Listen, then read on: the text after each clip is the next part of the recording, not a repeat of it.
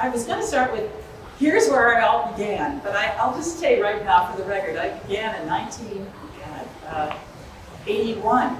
I think Barbara must have met you in 82. I mean, it's hysterical. We were at a show, 83, 82. When was your son born? 82. So we went to the Quilts Art Center. I'm name panic. Barb Decker. I have name panic. I can't remember. So what's we have? Anyway, Barb Decker's over there. She's weaving. We're at the Quilts Art Center art show. She's got this scarf over this little baby. That's how I remember. And I was showing my quilts. So 82. I started in 81, 82. I was showing my work and getting accepted in places. It was kind of fun. So I have a long history. I did not bring the very first quilt I ever made, but I wrote an early piece. I thought I'd talk about challenges today, rather than here's my journey as a quilter, because who cares? We often group together with other people when we're quilters. We find our group. I want to say tribe, but my children tell me I can't say that anymore. Hey, we find our community of quilters. So we had a group of quilters, and we would give each other challenges. And one of the challenges was to take a mola, which I did not bring with me because I was late, and to take that thing and from it, use it as an inspiration to make a quilt. So I made this little guy. I called it pink leaf. For me, this was just a real turning point in that I could piece improvisationally, I could see things that I made, and it started to make sense. Rounded off that, there was a show I went to be in. Oh, I forgot to mention, we're looking at the backs of these things. And I was going to say, I went to a show, and this is a sidebar, we went to a show once, and they were holding up their quilts and going, here's my quilt, and here's my quilt. We all see the back as you hold them up. And she had this winner of a quilt. This won this big award, this huge big thing, and the back of it was, and it had this a sleeve that was hanging down. It was horrible. And I thought, we got to have this in our lecture. People see the backs of your quilts, no matter if they hang them long enough, they get handled, they get folded, they get used. So I thought you guys would enjoy a little bit of the backs of my quilts. So anyway, backs of my quilts, here you go. I usually, when I'm facing on, I've got a sleeve here and so forth. Anyway, from here, I decided, oh, there's this show coming up, I might be in it. I'll make a bigger quilt with that same theme. So let's see if this is going to stay put. Who knows? Oh, I'm good. Yeah. So this was the second pink leaf. I call it pink leaf. And so I entered the show. Oh, this is 2010. So it probably went into the 2011 show. It was Quilt National. I think it was the second time I was in there. And the fun story about this, talk about a challenge. Challenge is, can you be seen in the right light? So this went into Quilt National. The unusual part about it is that it is improvisationally made. It's the second generation from this, which is, if you get a good thing, do it again, do it again, do it again, do it again, until you beat it to death. And at this point, I'm using some commercial fabrics, but also fabrics that I've manipulated and printed on and dyed and stamped and model print, all of that good stuff. And this is almost 15 years ago. So this was, again, kind of a big deal. Anyway, Quilt National travels and stuff. It went over to France. At the time, they asked if we would send them a quilt with both a sleeve on the top and a sleeve on the bottom. Because I think the organizers thought it should hang straight. In which case, I was going to say, like, come on, you guys, it's a piece of fiber. It doesn't have to hang straight. It has a natural, existence here. But I did put the sleeve on the bottom because that's what they asked. They would put a rod in if it was straight. It goes to France. They hang it up upside down. Talk about the challenge. So I'm teaching somewhere, and this woman has walked in, and she's printed off, this is, 2000, whatever. She's printed off all these images of my quilts like a book. And I get to this one, and it's upside down. I said, that's upside down. She goes, well, that's how it was on the internet. So what I'm saying is, it's really hard to control your work and your image, so forth and so on. If you want to take photos, great, just put them right side up. Anyway, that's the challenge of that. I adore making leaves. I take photos of leaves. I put them in my work. People send them to me. So I had put my leaf up there, pink leaf, big leaf, yellow leaf, leaf, leaf, leaf, leaf, leaf. And Joe Cunningham, who's a great friend and quilter, sent me on Facebook, here's a leaf for you. And he sticks this image of a leaf in there. And I went, oh, that's a nice leaf. And so it's sitting on my design wall forever. And I thought, all right, I better just make this leaf. So I did. And that's Joe's leaf. So at this point, I am, so that pink leaf was free form, okay? But at this point, I had a particular photograph. I wanted it exactly like the photograph. Because if I enlarge it from, this little tiny thing that he sent over Facebook to this big, I would have smoothed out all those lumps and bumps and curves. So I took and enlarged it by hand, and it is paper pieced, or no, freezer paper template, I should say. So I actually drew this whole thing out and plunked these things in. But this thing was a watershed challenge for me because I started to use very big pieces of fabric in the background that I printed. So this piece of fabric goes to here, goes to here, another piece goes all the way down. This is all, so I'm using bigger pieces to do all the work that I would have done earlier in piecing. So leaves, I love them because they become portraits to me. I'm not really crazy to do realistic stuff. So these shows come up, and I do enter them. Joe doesn't. As I was thinking, some people don't, he doesn't. But I do. And this great, International Quilt Festival thing came up, and they were celebrating their Sapphire anniversary. And I was like, oh, I'm so famous. I'll make a quilt, and they'll put it in, they'll put it in the cover, they'll make me, more famous. Such hubris. So I thought, Sapphire, it's all blue. And I grabbed every piece of blue that I had printed. I thought, it's going to be fantastic. Well, they didn't want it. So again, they're not my people. And who are my people? Quilts equals art equals quilts. So that's where it ended up. So here it is. And it is one of my faves. I think because it's kind of whimsical and it's got a lot of life to it. And this was improvisationally made, meaning I didn't have a pattern. I kind of had a sketch, a drawing of some of the things that I wanted in there. But this was tricky to do. And I only had so much of the fabric, because I don't usually print, I never print for a piece. I just grab what I have. So I grabbed all something. So I only had one of this piece. Now, of course, I would know better and I could just print it over again. But then I couldn't.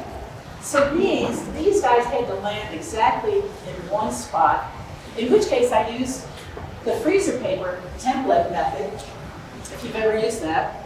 And I landed them here, so I knew exactly where to cut. And because I didn't have any more of this stuff, some of this is the back side of the fabric, because I don't have enough lights. Anyway, this did it looked a lot better when it was Quilts equals art equals quilts, and it really had a nice space there. And I had never again submitted a quilt to the International Quilt Festival. So this is where I get the idea to have botanical pieces, and I think people think of me as having that bent. I'm just going to put this here around. So when I start printing, I end up with things like this, which still have a lot of botanical images or graphics. So this is a kind of a funny story. So I teach printing, and COVID hit in a really tough way, which is that my income is through teaching and showing my work and so forth, lectures. Well, once that happened, I was part of the gig economy. I met a woman who was a writer. She says, yeah, well, I'm part of the gig economy. I said, seriously? Like, do you have an audience? Can you do your job without an audience? No. Okay. The thing is, I couldn't. So I thought, well, I have a little money in the bank. I think I can last. But my daughter, who's much smarter, said, Mom, you can't do nothing.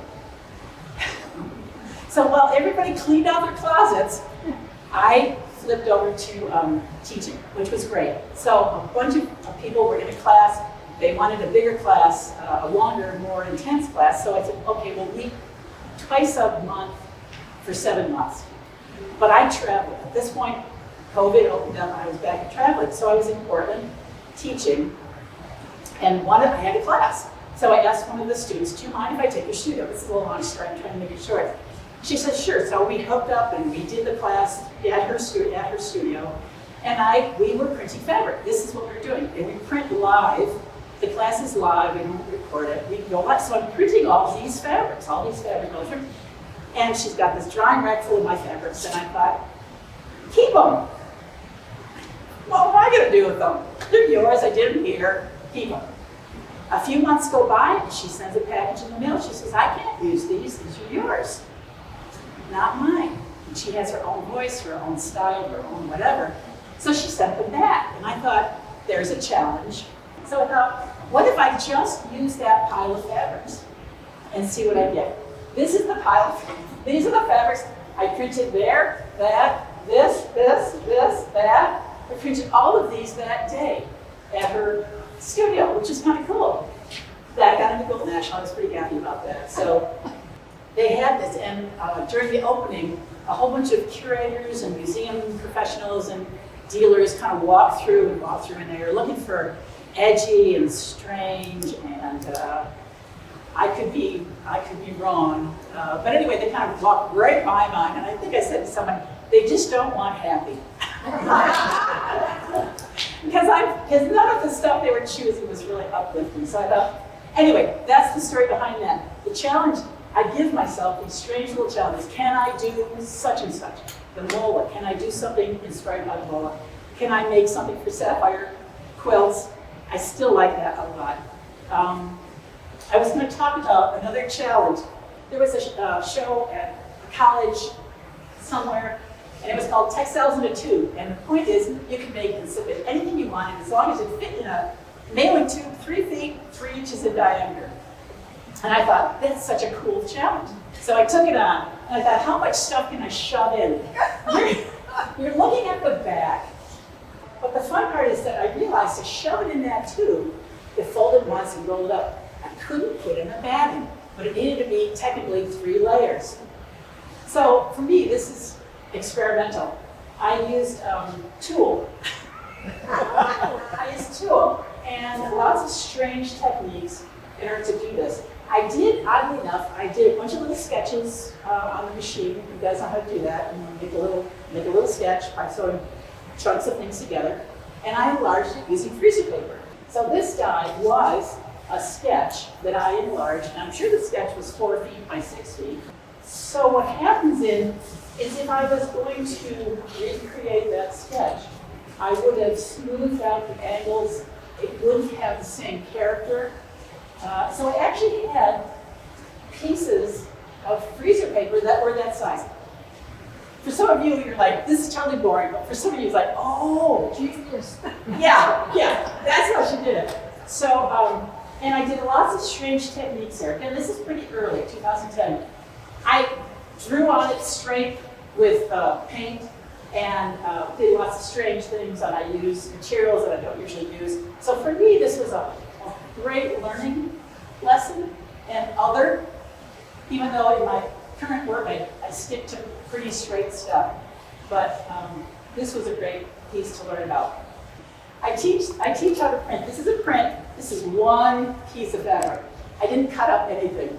People that come to my class and print, it's not an easy thing to do. It's kind of like if you were going to college and you had 5 months to learn a printing technique. By the end of that 5 months, you get pretty good. We have a week to do it. And they get a little discouraged by midweek. And I said, look, once you get through about 100 yards, you're probably getting good. So in my practice, I can get through maybe 30 or 40 pieces. I will aim to have a whole cloth quilt. Maybe one of them will come off as strong enough to be a whole cloth quilt. In this case it was, and I call it nest eggs. So this is one piece. It's pretty rare. For the most part, I'll make a piece of fabric and I'll cut them up. So if I go from here to, this is called My Dear Magnolia. So behind this is one whole piece of fabric. That's the background frame. And in the inside, a whole scramble of things. Let's say improvisation piece stuff. So this is all pieced and pieced and pieced and pieced.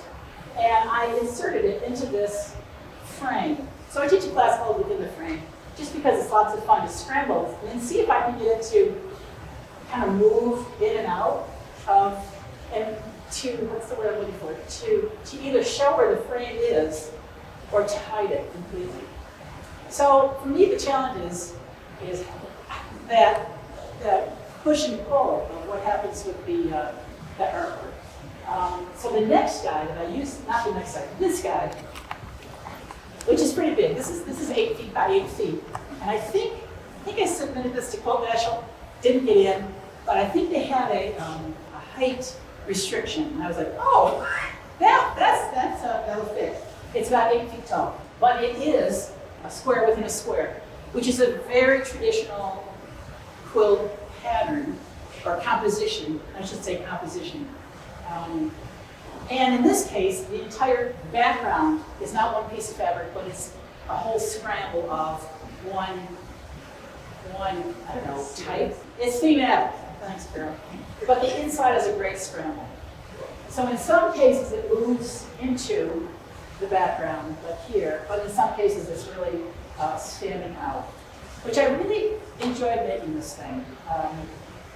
And this is like every technique in the book. And you can, so that was the beginning of it, these smaller pieces, which I find fascinating.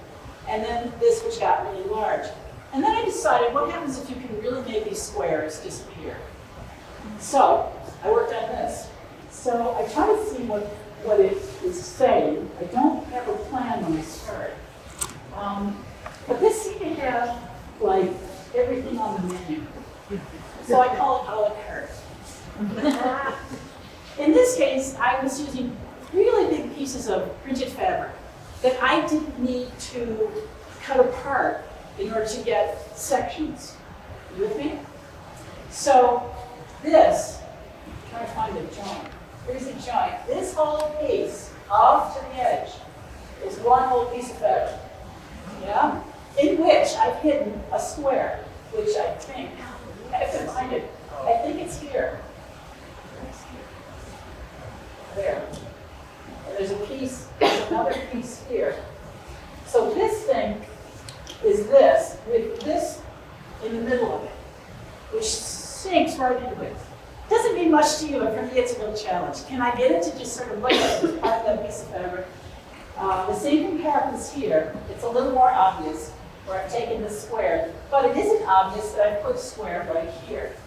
So I'm taking the tradition of quilt making, which is blocks, squares, things that repeat, things that are all assembled, and I'm using it here, I guess, in an abstract way.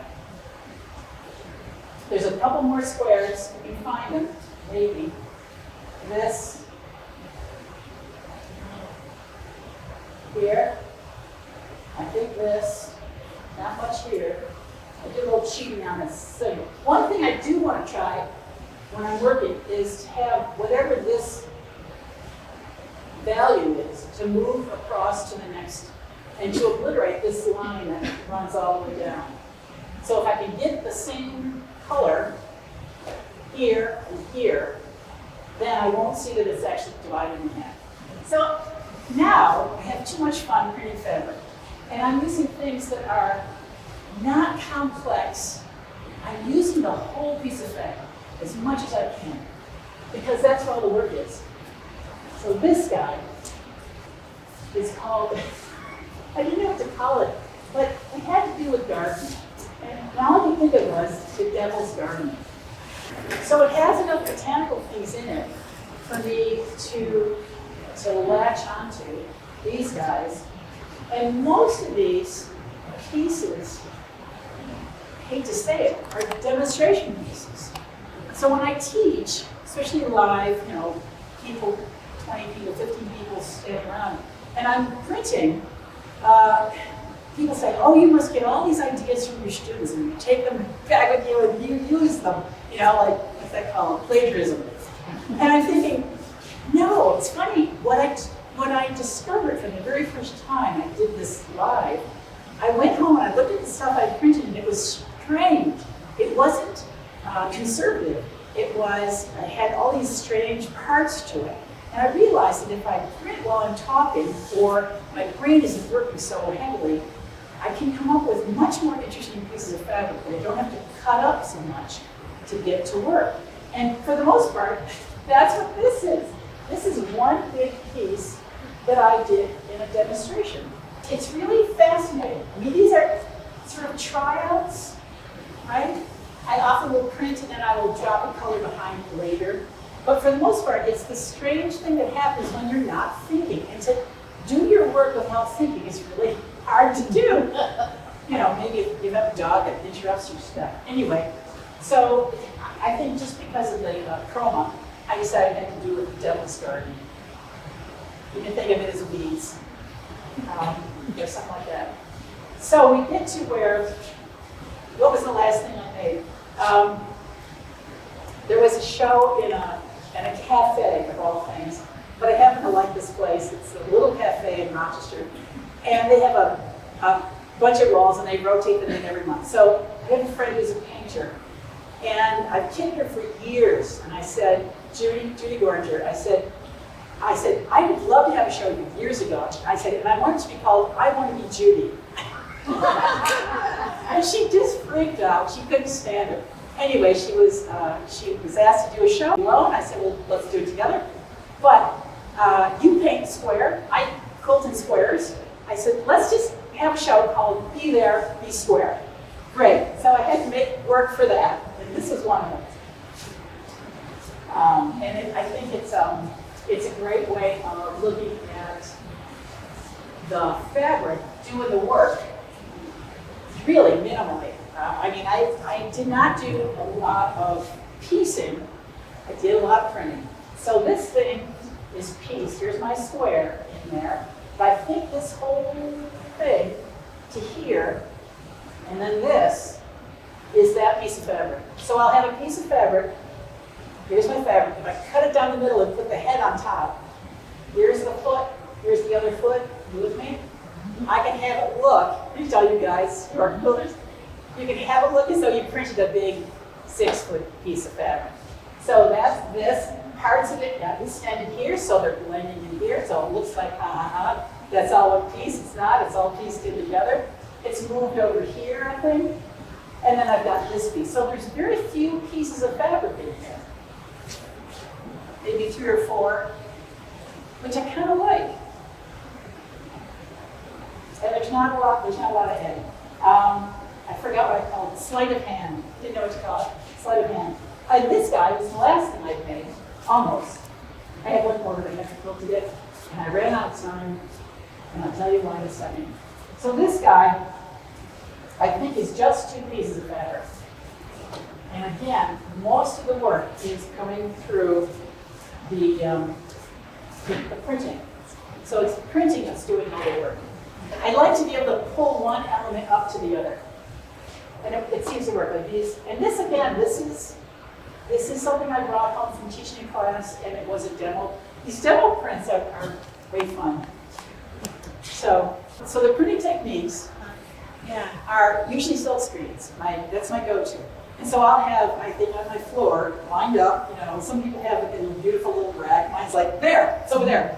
I've got 35 of these screens, and they will have this motif on them, or this motif on them, or this motif. This is a screen. I've used this over and over again. And I can make them, but mostly they're silk screens. So that's how these get there. These kind of funny, strange, soft things are rubbings. What else? I've got model prints show up somewhere. Over here, I think this is a model print, meaning I'll use the table as my plate, so to speak. This is a model print, so this piece and this piece are of the same piece of fabric. This little guy and this little guy are the same piece of fabric. And I think this guy goes, oh my gosh, I think it's the whole thing. So this is one piece of fabric. Right? No, I didn't have to piece it. Again, I like it. But there's something really great about doing all the work, doing all the piecing as you print. But yeah, they're mostly silk screen. That's my go-to, because it gives me the sharpest graphic I can get. I rarely applique. It's all pieced, with quarter seams. When I quilted, by the way, I don't have a pattern. Some people, run a whole thing through it, little people dancing all the way through it. I usually quilt in the same color as the motif, and it's all free motion quilting, so I draw into it and so forth. It's more interesting. How do I begin? Yeah, good question. Well, I have a huge design wall, and it sounds funny, but I have hundreds and hundreds of these fabrics. Hundreds. And I give myself a challenge. I have a couple that I want to use, so I'll put them up on the wall. In this case, there's maybe only 3 or 4 pieces of fabric here. And I'll put them on the wall, stuck together, not white space between. And I'll go, okay, I got dark, I got light, I like the way they're working. And I'm not going back. I don't go back to my stash. I call it a stash. You don't go back to look at any other fabrics, because I'll never come back. It'll be like a black hole. You just go down there. So like in that blue quilt, I just picked every piece of blue I could find, I put it on the table, and I ignored anything else, and I just used those fabrics. Same with this, same with that one. I knew I had those squares in the middle that I tweaked a bit, and I just went and found every blue and white fabric that I'd ever printed. And I don't know if that makes any sense, but I don't usually, unless it's a leaf like that, I don't usually have a design or a drawing or a thing. Hardly even a theme. I just kind of, sounds weird, put fabric up on the design wall and sit back, and then I have it on a table. Maybe, in this case, there's maybe 4 or 5 pieces of the surround. So I just don't go back. And it's kind of, for me, it's just a challenge. Can I do it with the stuff I have at hand? This was, can I make it with just the fabrics that I printed at that studio? And I thought, yeah, try it. Right? It sounds kind of weird, but otherwise you just go nuts, because it's the ADD side of life, and I try to pretend I'm not, and I don't think I am. But I understand it, which is like you just want to go back and hunt and back, and I'm like, no. That's why, I've got the dark, I've got the light, I've got the color I need to put here, and so that's how it works for me.